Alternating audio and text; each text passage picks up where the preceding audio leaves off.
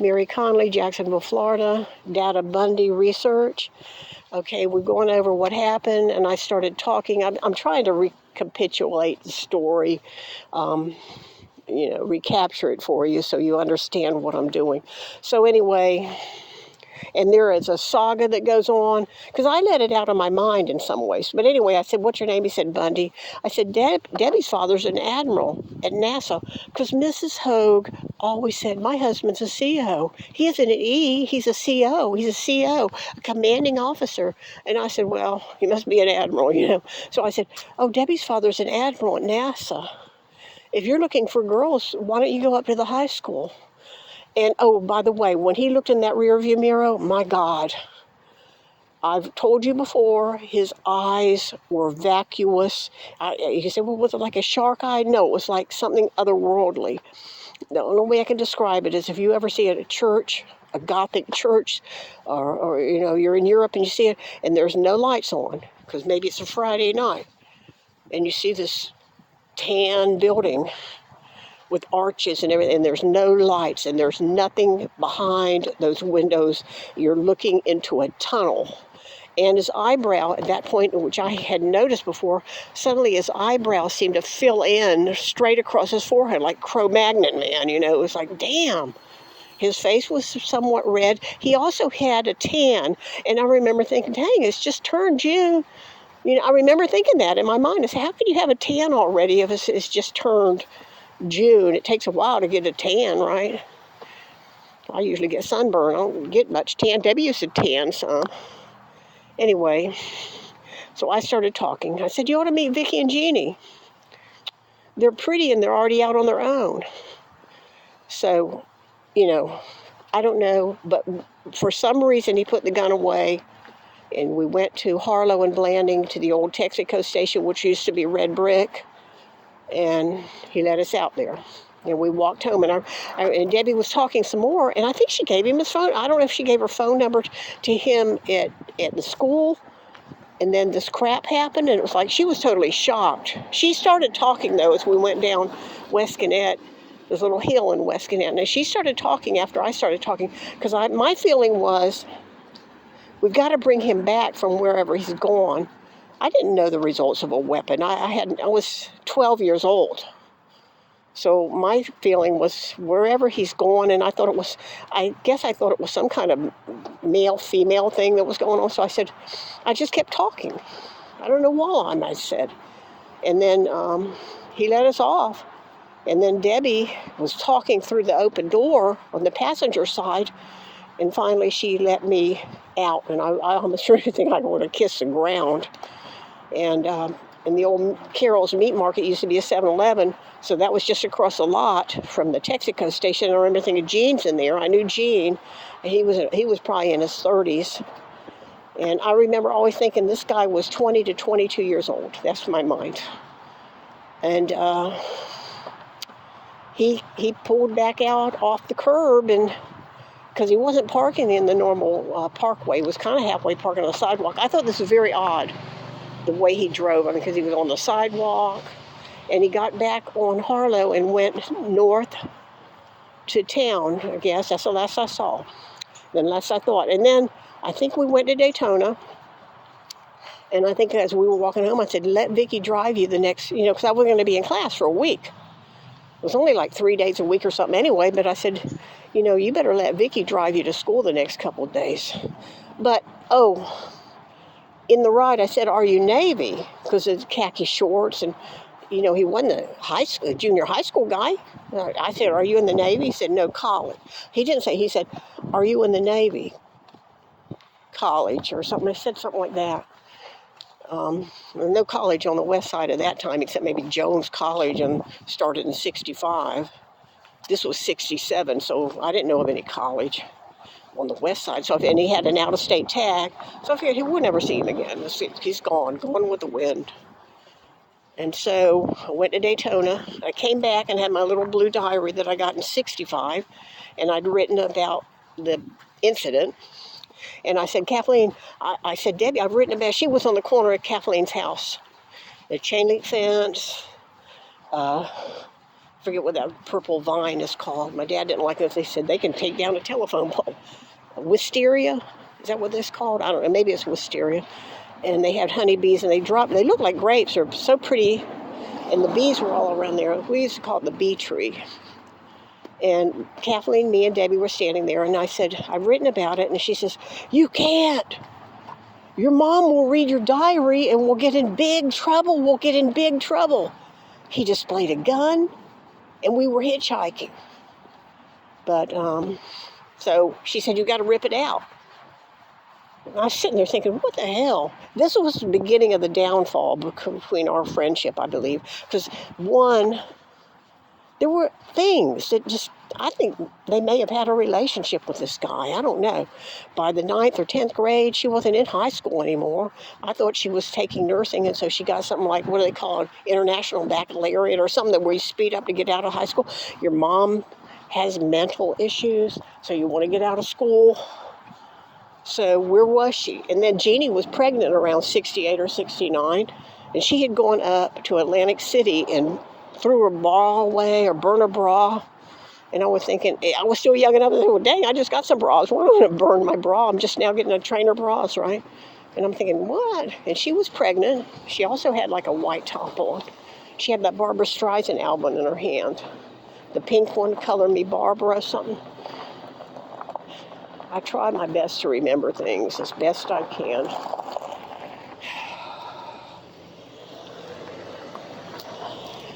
Wait for the person to go by right. You see, they couldn't wait. They had to back up on you.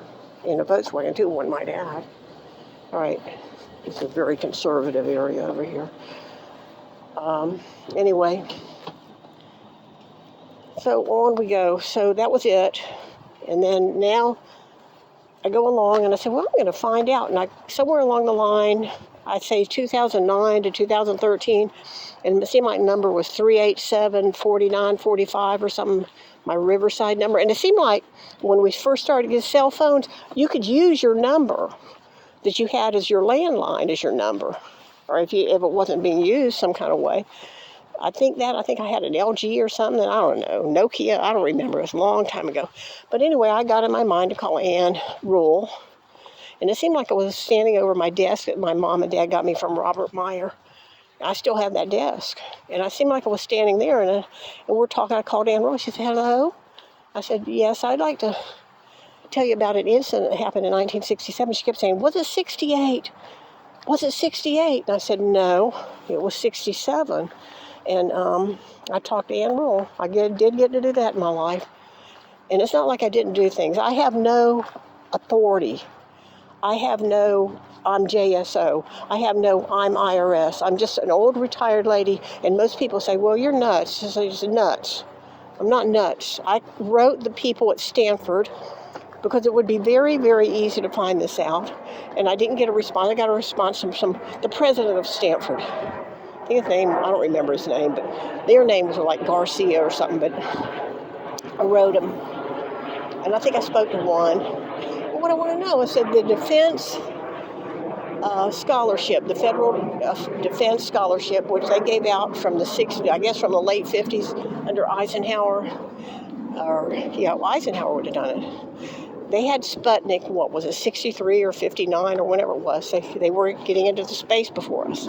So they created a scholarship where if you took two languages, I guess, Chinese and Russian, or if you were heavy duty into math or heavy duty into science, you could get a federal scholarship, which makes sense because his father, his stepfather, I guess, Culpeper Bundy, had been in the Navy, and then he was working in Army VA hospital as a chef, and his mother was at the USO sometimes apparently, and she at various times worked at the University of Puget Sound or the University of Washington up there.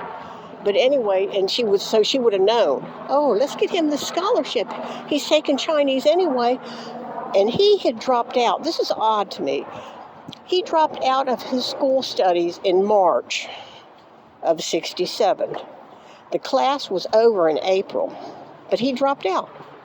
Did he take incompletes? He probably, his mother insisted him. But then somehow he got one of those defense scholarship, what they call full ride. That's your room. It was 8 weeks at Stanford in Palo Alto. And it was food, tuition, and textbooks, I guess. Oh, by the way, when I was in the back of that Volkswagen, before, as we turned the corner, there was a pale yellow, a golf polo, with the little ridges on the neck, where the collar has like little ridges, and that was uncommon. My dad just used old Navy T-shirts, from the Navy, old Navy sheets from the Navy. My dad was in the Navy from 36 to 59. And then he worked at NAA. I think he took he did something with U.S. Mail or something. And then he got on at the base, and he was on the base from 59 to 79. So he had a military retirement and a federal retirement. And then I don't know Mr. Hoag's status. He was commanding officer. He worked at NASA. I met Mr. Hoag a few times, Debbie's father. One time he made us chicken cacciatore. That was so good, and I'm not a meat eater. But that chicken cacciatore, and he talked about his travels in the Greek islands, some of it a little risque. And then one time he had come up, and he had a piece of Teflon, silver Teflon in his hand, grayish. And he said, this is going to be an astronaut's outfits or space suits, because they won't heat up as fast, or something, I don't know, keep the heat off of them, okay, they wouldn't burn up or something, which it don't seem like that would do much good. His face was on fire anyway or something. But anyway, so he had a piece of Teflon, and I would describe Mr. Hoag as looking like, have you ever seen that comedy called In the Middle? Like this couple lives in Indiana and they're in the middle. The father on there, or the father on John Boy Welton's, or maybe George Kennedy or something. But he looks sort of like that. He's Dutch. Okay, that's how he looked. And I can't judge height because, and I didn't know the height of this guy because the whole time I saw him, he was sitting down without a shirt and his tan shorts. He had tan shorts on. But anyway, back to the Volkswagen. I said, there's books back here. He said, just move the books. And then one of the books, either black or Oxford, I don't know which. What do they call that? Reddish. It was it was leather book. I thought, oh, he's got a Bible. And then I opened, and it was like a concordix, because one half probably was English typewriting, and the other half, to me, looked like hieroglyphics. Little people looking, 3 lines, a line and a slant, a ladder-looking thing, and a door, like a moon-looking thing, and a sun-looking thing. And I said, oh, man, it looked like hieroglyphics to me. So I said, I knew about that because I used to do Highlight magazine. I did all kinds of stuff. I was interested in science and stuff like that. But anyway, so I put it down, and it seemed like he was just getting angry and angrier. Okay, well, anyway, that was that story. But somehow he let us out. And this was 10 years and 8 months before the entire Chiamega and Leslie Palmer. This was 10 years and 8 months before that. Everybody said, he wasn't there. But you know what Ann Rule said? He did not like people to know the places he goes. And if you're young, you can travel across 2.5 days. That's all it takes. You can go across the whole. You've seen Koberger do it. He drove across the thing in like 2 to 3 days. It doesn't take all that long. And he was at Palo Alto. And he takes off. But where did he get the Volkswagen? I'm going to tell you something. I researched this stuff so much. I was looking for people that rented Volkswagens in Seattle. Or wherever, somewhere in Seattle. There was a lady. And she was 92 years old, about 5 or 6 years, 4 or 5 years ago. And they had given her a 50-year award because she had Banner car rentals. And she said that her husband kept getting laid off from Boeing Airlines. He would get layoffs, and she didn't like it. She said there's too much instability. So they decided to open a car leasing business. It was an offshoot of Hertz, and it was red background with a gold banner. And I think it might have been $1 a day leasing or something. I don't know, remember. But there actually was an article that popped up. And she had an Italian-like name, and it came up and said Vivian or whatever, Pachechi. is getting an award. And she said the first year that we opened was 1967, and the only thing we could afford at the time were reliable Volkswagens. So they had a fleet of 8 or 9 Volkswagens. The very first, when they were leasing the cars, they were Volkswagens. So I said, dang. I even contacted, the family still owns a leasing, or did up to about 2 years ago. And I said, I called them and see if there was anything they could remember, if they had any of those old records. I actually spoke to her daughter. I guess she'd be like me, in her 60s, 70s. All right, and then, but somebody said, no, he wouldn't say, well, you don't know that. He might have dropped by there. But knowing him, if he had that scholarship and there was food money and room money, then that was his. And I was thinking, if he dropped out of school in March and they sent this check in May for his room and food, then he would have had that money. Plus he was getting ready to turn 21 and going out to a different state. What does your family do? They give you couple $100 or something, 150 or something, or 75 or whatever the appropriate time was, So dang, my son's going all the way to a different state for 8 weeks. I got to make sure he has the right clothes and some money, right? A little money. They made out they were poor. Hell, that's a good stable job. College secretary and Army VA hospital. Okay. I mean, it ain't aircraft mechanic, but it's something. You still have all the rights and benefits. Anyway, whatever. So anyway, more of my studies. I go along, and I said, well, let me put this on Next Door Neighbor, and I wrote the thing out. It must have been 2 pages. I wrote out the whole encounter. And I said, if anybody knows anything from 67 or even 78, let me know. So I started getting stuff from next door, and there is the west side anyway. But one lady said during the 36 hours that he was riding around looking for people, she was on Wilson, walking down Wilson Boulevard from Parvin to Hugh Edwards. And I think the van came up to her, and she had sense enough to run the other way. And she said she always thought that was Bundy. Another guy said, and me and Debbie used to spend a lot of time at the roller rink. It's called a roller dome on Cassett. Another guy said his uncle or his father was working at the roller dome, and they believed that Bundy was there trying to get girls to come to his van, and they had to shoo him away from there. And that's where me and Debbie used to go. I used to love to go to the roller dome. It was one place we'd go, like $3 or something, and they'd give you the skates and everything. And another lady from Evangel Temple on Ramona Boulevard off of I-10, she said that during the 36 hours, this is 78, she said that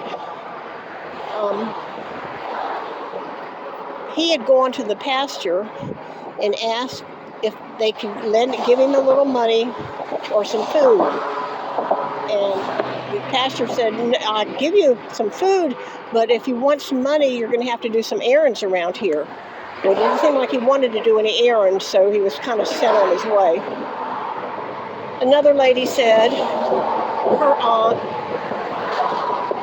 had to work in Pensacola or somewhere out on the west, and she was driving across all them little over the ocean type bridges, and she said from wherever she started, Eglin or wherever it was, this little red-orange Volkswagen, this is 78, was behind her and would not pass and would not go around and just stayed behind her all the way, to wherever she was going.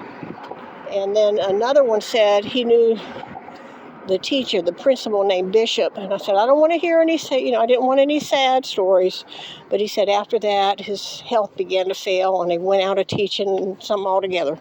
And then another guy said, there was a little guy, we'll call him Davy B, and he was like a straight A, real smart, A's and B's, 3rd, 4th grade, whatever, 5th, 6th, he was doing good. And after the little girl, Kimberly Leach, died, his life went south. He started getting in his father's liquor cabinet, and then it went from liquor to drugs, and just right after that, he just went from an AB student, straight-laced little Boy Scout looking guy, and after the little girl was killed, he went south. Okay, I'm going to call this the end of part 2 because the bridge is making a lot of noise. And when I get across, I will start part 3.